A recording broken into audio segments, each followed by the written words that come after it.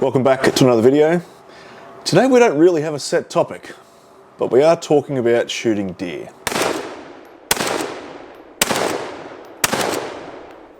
So the reason why we don't really have a set topic is there's a few different things I want to unpack in this video, and it's going to revolve around how I hunt game with my dogs, which you guys have talked about or asked me about before, the reason why I shoot with 358 Winchester, the reason why I shoot with iron sights, and just a couple of other little things here and there. If you follow the Instagram page or maybe even the Facebook page, which I rarely post to, but you would have seen a couple of posts where my Yag Terrier Hunter has flushed deer in front of me at very close range, and I've managed to deck both of those deer in those posts. Let's cover off on first how I hunt with my Yag Terrier. So where May, my German Shorthair Pointer, will obviously point deer out, Hunter, my Yag Terrier, also known as a German Hunting Terrier, is a flushing dog. I don't think I've ever taken him out and him not found a deer, so he's pretty bloody good at what he does. However, he's still young and he's still training, so a lot of the time he would, chase the deer away. What I've been able to do recently, in probably the last 6 months or so, is I've been able to get him to understand that he needs to run the deer at me in order for me to shoot it. So this is partly him training, but also me training to sort of read the situation, read where the deer's going to go, read the terrain, and get him to do what I want him to do and read what he is telling me by the way he barks and whatever. That, in a nutshell, is how I hunt with him. Now, obviously, if he's running game at me in close proximity, and where I run him through, and the reason I use him is because it's very, very thick. You would be lucky to see clear line of sight, maybe 20 meters where I hunt. It's very, very thick, which is why I use a flushing dog. It's all well and good to have the pointer, and she does point deer in that particular spot. However, I can never see the deer. So she can point all day long, and until that deer honks at me to give me a location, I'm not gonna know where it is. So that's the difference between using my pointer and using my Yag Terrier. We'll talk about two individual hunts, one at the start of the year and one literally just happened yesterday, and I felt like this was a good comparison to show because pretty much the same location, the same dog, the same method, the same rifle, the same distance of shot. They're both on the run, but two different bullets. So that's where we can sort of draw these comparisons together. So the first one, we were walking, we weren't even that far from the car actually, we were about, 400 meters or so, walking down this old, I think it's an old motorbike track. It's not really used now, it's just kind of a game trail now, but we usually walk down this to keep a low signature until we get into where we're actually proper hunting. You do see deer through there every now and again. Usually in the afternoons they're bedded down, and this was in the morning. This is probably about 8:30, 9 a.m, something like that. So we're just walking down there. I had my mate Steve behind me and he was sort of just following me along. The plan wasn't really to hunt that day. We're kind of just walking in to put some trail cameras out and just sort of have a chin wag along the way. Walking down this little footpad, and Hunter runs off to the right-hand side and pushes two deer. One deer goes uphill, which was the bigger sounding of the two, so I'm assuming it was either a stag or a bigger hind. And the littler hind, who was probably in the 2 to 3 year old mark, maybe, she wasn't very big, but she wasn't a yearling. So she's run across the track in front of me, which was at about 15, 20 meters, raised my rifle, fired, and where I hit her was at the top of a berm. She tumbled down the berm, dead. So she would have maybe made it about 4 paces, if that. And that was shot with one of these bullets, which is a Hornady 200 grain round nose. So loaded into a cartridge would look like that. So that bullet went through a little bit high. So I usually aim for shoulder shots, and it went just above the shoulder. It actually went straight through the spine, which is about, that far from the top of the back. So the shoulder blade's probably here, and a hit in the middle. Now that did extensive damage, The entry hole was obviously just a caliber sized hole, and I've probably spoken about this a couple of other times in other videos. It knocked out about 3 to 4 inches of spine in the middle where it was completely obliterated, and then it exited out the other side at about the size of a 20-cent piece, I guess, 10 to 20-cent piece, blew all the fur off. And obviously, so that's a straight through shot. Obviously, because it's hit the spine, it's paralyzed it completely, and it died very quickly. So that was the first one. Now, what we're going to compare that to is the one that I shot yesterday, which you may have seen on the social medias. So we're walking through this kind of open terrain, and on our left is this big, massive patch of ferns. Now, the ferns are probably between nipple and shoulder height in places. You can't see anything through there, but there's no tall trees, all right? So it's quite sunny, and there's beds all through it. Heaps of deer in that area, but in order to get the deer out, you've got to throw the dog in. But then you don't really ever get to see the deer running off because of how high those ferns are. There's not really anywhere you can sort of stand and see into it. And within about 4 seconds, he's stood up a bedded deer, and I kind of know that it's either going to go to this massive like re-entrant creek junction, or it's going to go uphill and try to cross over the track and down into the next system. I can hear hunter trail barking off in the distance. Now, Yag Terriers have a very distinct trail bark, and that means they're on game or they're chasing something up. So it's good, you don't have to watch your GPS, you can just listen and go, okay, I know he's down in that direction. So I'm trying to get between where he is and where I want him to end up, and where I think this deer is going to cross this track to go back up and cross into the next system. So as I'm cutting back towards the track, I'm now about 30 metres shy of the track, and I'm just charging through the bush because I'm not really worried about going slow. I'm just charging through. I just want to get to where I want to get to, because I know that in this spot I can pretty much sit behind there's a fallen down log there. I know I want to get to this fallen down log, and I can pretty much see that whole re-entrant, and I can hit the deer as it runs up the re-entrant. Now, lo and behold, as I get to this fallen down tree, the deer has been pushed by hunter and is coming up from my left-hand side and is coming directly across in front of me. And I was, had my rifle down, holding it at the trail, and it was literally straight up into the shoulder, safety off, follow, bang.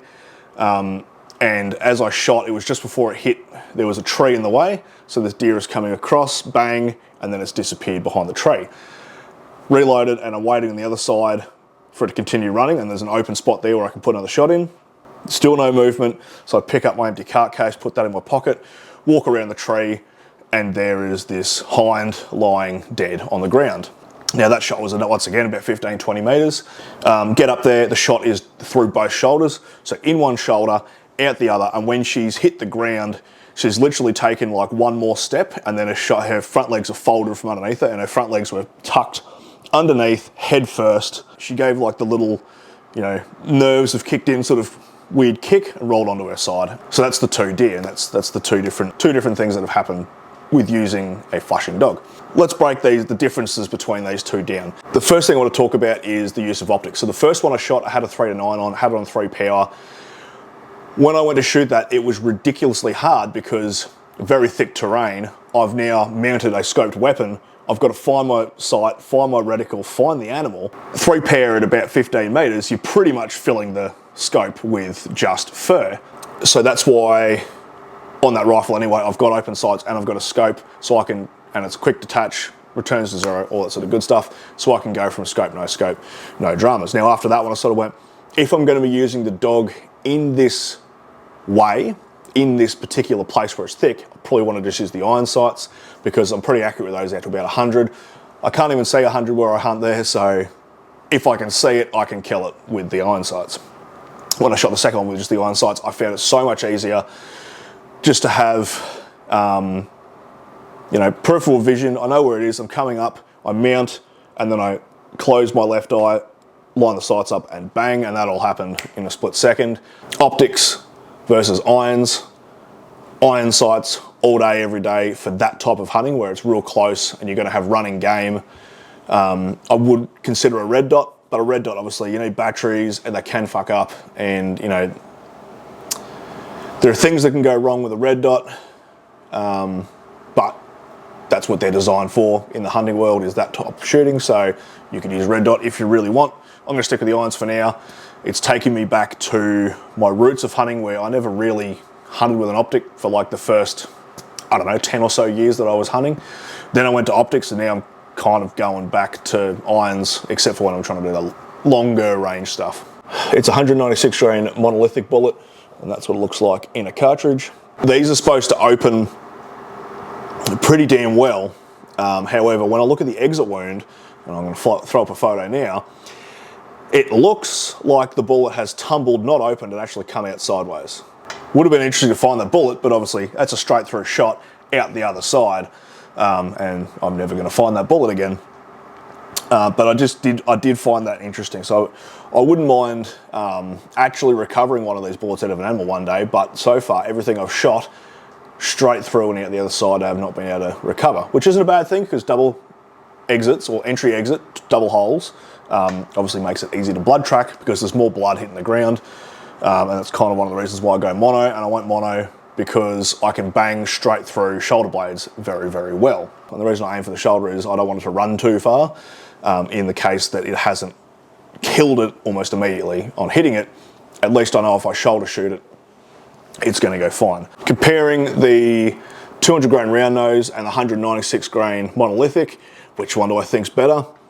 I think I need to shoot a few more things with these to fully make a decision on that. But I feel like they're on par at the moment. I've taken a couple of different game with each of these. At the moment, I can't really decide which one I like the best. But we'll just keep on shooting things and we'll come to a conclusion. So the last thing I kind of want to cover off on is getting the animal out and kind of a little bit of butchering. So on that first one, we're only 400 meters from the car. It wasn't a particularly big hind, and I had a friend with me, so we just gutted it where it was shot, and we dragged the whole thing out. Once we got the whole thing home, hung it up, scun it, aged it for a week, butchered it. Okay, so that's the way we did that one, and that's generally how I do fallow deer as well, because they're smaller. This hind was probably about the same size. Actually, that hind would have been bigger than like a fallow spiker. So it wasn't particularly small, but it wasn't particularly large.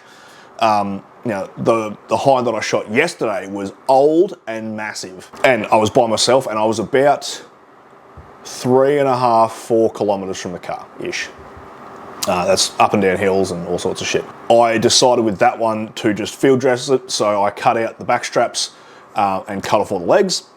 Now, what I did was I didn't have a backpack on me at the time because I'm an idiot. Wasn't really expecting to shoot anything, to be honest with you. So I just had a bum bag and my GPS harness. So what I did was I managed to squeeze the back straps into my bum bag. I then slung my rifle and carried one rear leg over my shoulder. I then hung the other legs up in a tree overnight. And then I went back in the morning and I pulled the rest of those legs out after bringing a pack, did a couple of trips and got it all out. And the last little thing I want to cover off on is I always talk about how I like using the Havalon knives with the changeable blades and whatever. And a lot of people always jump in and go, you can't do what you need to do with one of those knives. You have to have a fixed blade, and you have to have a this, and you have to have a that. If you need one of those knives to do the butchering that you do, whether it be field butchering or, you know, taking the whole animal out or whatever, then you use what works for you. Unless I'm splitting a rib cage up the front to fully gut in the field and take the lungs out and everything, I don't need a fixed blade knife. I can't do that split with the Havalon knife, but if I only have the Havalon knife, then I don't do that method. Big hind like that, there is no point gutting it because I'm not taking the whole body out. What's the point? So with that, zipper cut up the back, rip out the back straps with that knife, easy peasy. And then the rear legs, you literally just work the knife from the hip bone around the ball joint, de-ball joint it, and the whole leg comes off. It's not really that hard, and that works for me. Now, obviously, it's not the best butchery cut in the world. It looks a bit fucking disgusting and ugly, but when I get it home, that gets butchered up properly anyway. Yeah, the point I'm getting at is don't let people tell you what works for you. If having just a little interchangeable blade Havalon knife works for you, then it works for you. Don't go out and spend hundreds of dollars on a fucking fixed blade just because some dickhead on the internet told you you have to have one. If what you have works for you, then what you have works for you. That's like, you know, if you use a 308 and it works for you and you kill all the deer with a 308, then by all means, use the fucking 308. There's so many things in the outdoors and hunting world where everyone's kind of trying to tell you what you should and shouldn't use when it comes to gear and equipment.